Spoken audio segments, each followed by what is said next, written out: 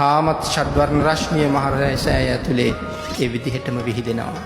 පින්නතුනේ කොහොමද වැඩ ඉන්නේ?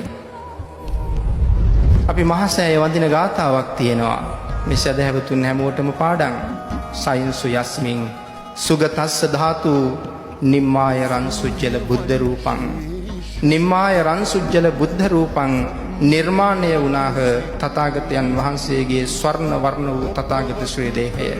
සයින්සු කියලා කියන්නේ පාලියෙන් සයති කියන්නේ නිදනවට. සයින්සු නිදාගත්තාහ අතීත පදය.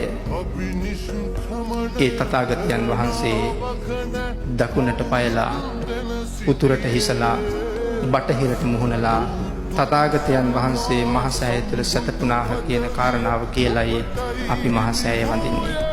ජීවමාන සංඥාවක් අරන් වඳින්න හැම වෙලාවෙම මේ මහසෑයේ කුලියට වැඩ කරපු අය පවා මේ වෙලාවේ ඉන්නේ දෙව්ලොව කියලා දෙව්ලොව වඩින මහරහතන් වහන්සේලා සඳහන් කරනවා. මහසෑයට උපස්ථාන කරපු හැමෝම ඉන්නේ දෙව්ලොව. දිව්‍යාංගනාවන් දෙදෙනෙක් එක මොහොතක මේ සෑය ළඟට ඇවිල්ලා සෑය වඳිනවා. මුළු මහමෙවුනා උජනම එළියයි. මහරහතන් වහන්සේ අහනවා මොනව කරලාද මේ පුණ්‍ය භාග්‍ය ස්වාමීනි අපි මහසෑයට අත්පම් කරපු අය අද ඉන්නේ මෙහෙම ආශ්චර්යයක් ඇතුව. ඔබ හදන මල් ටික ඔබ ගේන පූජාව ජීවමාන සංඥාවෙන් වැඩ ඉන්නේ මගේ බුදු පියාණන් වහන්සේ කියන සංඥාවෙන් මහසෑයට පූජා කරන්න. බටහිරට මුහුණලයි සතපෙන්නේ ලෝක ධාතුවේ. බටහිරට මුහුණලා සතපෙන එකම තැන මේ මහසෑය විතරයි. කවුරුවත් හිතන්න එපා තථාගතයන් වහන්සේ පිරිනිවන් පෑවා කියලා. කවුරුවත් හිතන්න එපා තථාගතයන් වහන්සේ අපි අතහැරලා ගිහිල්ලා කියලා. අපිට එහෙම හිතෙයි කියලා පින්නතුනේ අමාමෑණියන් වහන්සේ දීඝනිකායේ දෙවනි පොතේ 242 වෙනි පිටුවේ දේශනා කරනවා තථාගතයන් වහන්සේ තාම පිරිනිවන් පාලා නැහැ කියලා. එහෙනම් ඔබගේ නිවන වෙනුවෙන් අපගේ නිවන වෙනුවෙන් මේ අති උත්තමයන් වහන්සේ තාමත් අපිව ආරක්ෂා කරමින් වැඩ ඉන්නවා.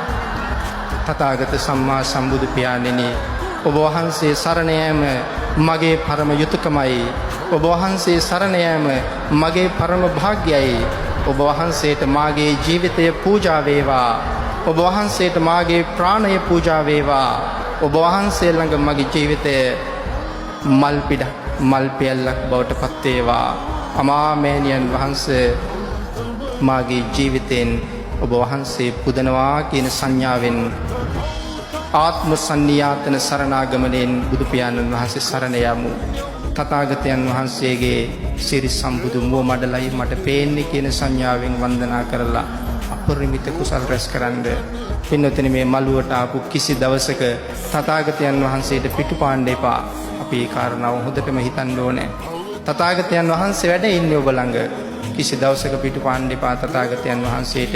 අපි පිටුපාලා ඉන්න බව දෙවි බඹුන් දකිනවා. උන්වහන්සේලා කොහොම ඉවසයිද කියලා හිතෙනවා අපි එහෙම හිටියොත්. අපමණ ශ්‍රද්ධාවෙන් අපමණ ගෞරවයෙන් ඔබ මේ මළුවට එන්න.